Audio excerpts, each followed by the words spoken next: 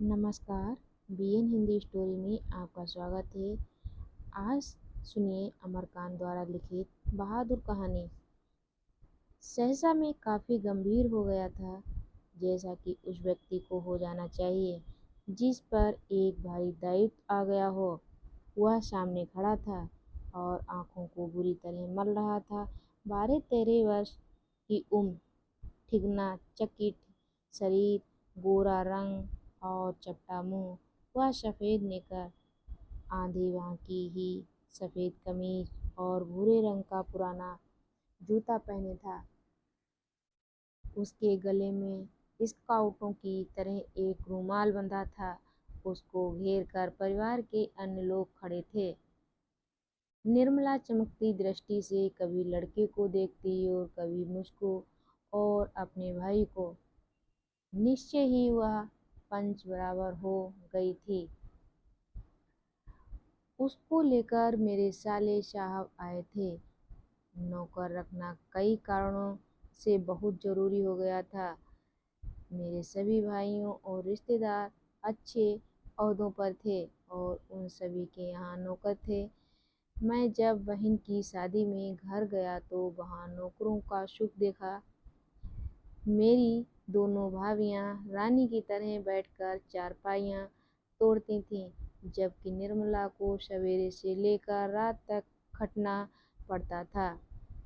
मैं ईर्ष्या से जल गया। इसके बाद नौकरी पर वापस आया तो निर्मला दोनों जून नौकर चाकर की माला जपने लगी। उसकी तरह अभागिन और दुखिया स्त्री और भी कोई इस दुनिया में होगी? वे लोग दूसरे होते हैं जिनके भाग्य में नौकर का सुख होता है। पहले साले साहब से असाधारण विस्तार से उसका किस्सा सुनना पड़ा। वह एक नेपाली था जिसका गांव नेपाल और बिहार की सीमा पर था। उसका बाप युद्ध में मारा गया था और उसकी माँ सारे परिवार का भरण पोषण करती थी। माँ उसकी बड़ी गुस्सैल थी और उसको बहुत मारती थी। माँ चाहती थी कि लड़का घर के कामकाज में हाथ बटाए, जबकि वह पहाड़ या जंगलों में निकल जाता और पेड़ों पर चढ़कर चिड़ियों के घोंसलों में हाथ डालकर उनके बच्चे पकड़ता या फल तोड़ तोड़ कर खाता। कभी कभी वह पशुओं को चराने के लिए ले जाता था। उसने एक बार उस भैंस को बहुत मारा जिसको उसकी माँ बहुत प्यार करती थी और इसीलिए जिससे वह बहुत चिढ़ता था। मार खाकर भैंस भागी भागी उसकी माँ के पास चली गई, जो कुछ दूरी पर एक खेत में काम कर रही थी। माँ का माथा ठनका, बेचारा बेजवान जानवर चरना छोड़कर यहाँ क्यों आएगा? जरूर लौंडे ने इसको काफ़ी मारा है। वह गुस्से से पागल हो गई।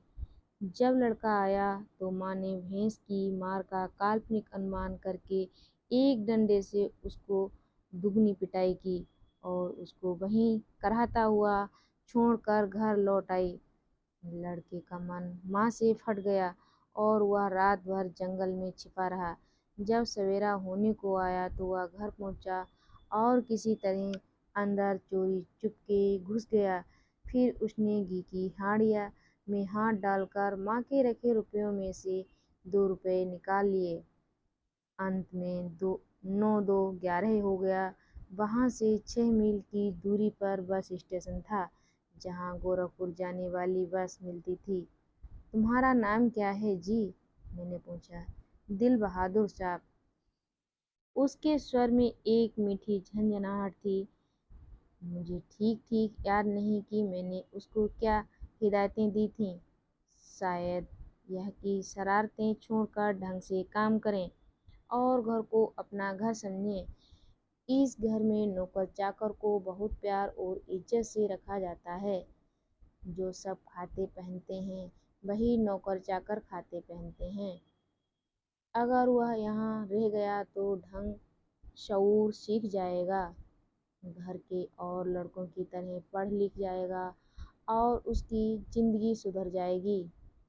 निर्मला ने उसी समय कुछ व्यावहारिक उपदेश दे डाले थे। इस मोहल्ले में बहुत तुच्छ लोग रहते हैं। वह ना किसी के यहाँ जाया और ना किसी का काम करे। कोई बाजार से कुछ लाने को कहे तो वह अभी आता हूँ कहकर अंदर खिसक जाए। उसको घर के सभी लोगों से सम्मान और तमीज़ से बोलना चाहिए। और भी बहुत सी बातें। अंत में निर्मला ने बहुत उदारतापूर्वक लड़के के नाम में से दिल शब्द उड़ा दिया। धन्यवाद। जल्द ही उपस्थित होंगी अगला भाग लेकर। तब तक के लिए धन्यवाद।